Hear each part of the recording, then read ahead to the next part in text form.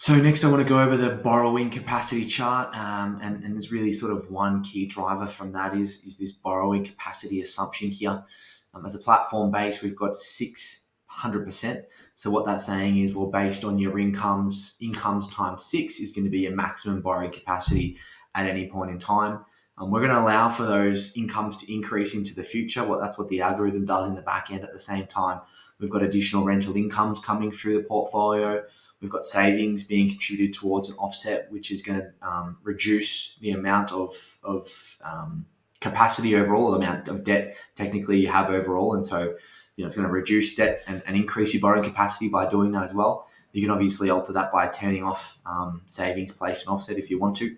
But I'll walk you through how it works.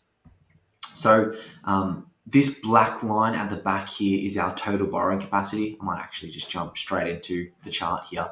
So this black line is what our borrowing capacity is. It's income times 6 at the moment. And then what the yellow, so that increases over time as we get rental increases, as we get wage increases and things like that. And then what this yellow thing is just our total debt. So our total debt here really should never get above that total borrowing capacity. And as you can see, as we do these purchases, it spikes up. Then we have a couple of years of paying savings additionally, and then that savings is reducing debt. Then we do another purchase, our debt increases, comes down, debt increases, comes down, debt increases, comes down. So for this particular scenario, we've got 1, 2, 3, 4, 5 purchases over a time frame of 25 years. And that's how we sort of really stick to those borrowing capacities. Now, obviously, regulations are going to change in the future, things are going to change in the future, but if everything was to stay the same as it is today, this is when we potentially look at doing those purchases based on a borrowing capacity.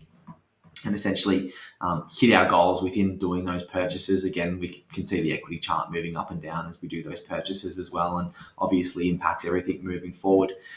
You can obviously increase that.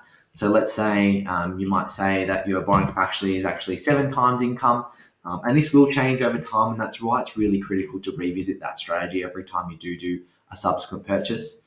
So as we can see now, that time horizons come way down. We're now 2040, which means we're 5 years less. We're only doing 1, 2, 3, 4 purchases in total.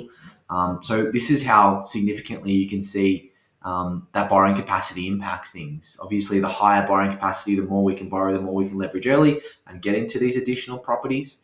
The lower the borrowing capacity, the less we've got down there. So 2 really key things to alter this is either that actual borrowing capacity number here, changing savings placed in income. So obviously, if you're not putting any savings towards the loans, and I'll just show you how that looks. But before I show you that, the third thing really is actually increasing your own income. So by increasing your own income, you're going to increase your borrowing capacity down the line. In the scenario where we're not contributing any savings, you can see how hard this takes our borrowing capacity right now. So we're steady. We've done 1 purchase, then we can only get to 2 after 2030, and then it's going to take us till 2050 to do that last purchase anyway. So really throwing things off there, and that's kind of why we do have that savings place in offset, just to factor in for our overall actual LVR level. If we've got $1 million in savings, well, we want to factor that into the $2 or $3 million worth of debt that we've got. And so overall, our LVRs are quite level there. So yeah, that's the borrowing capacity chart.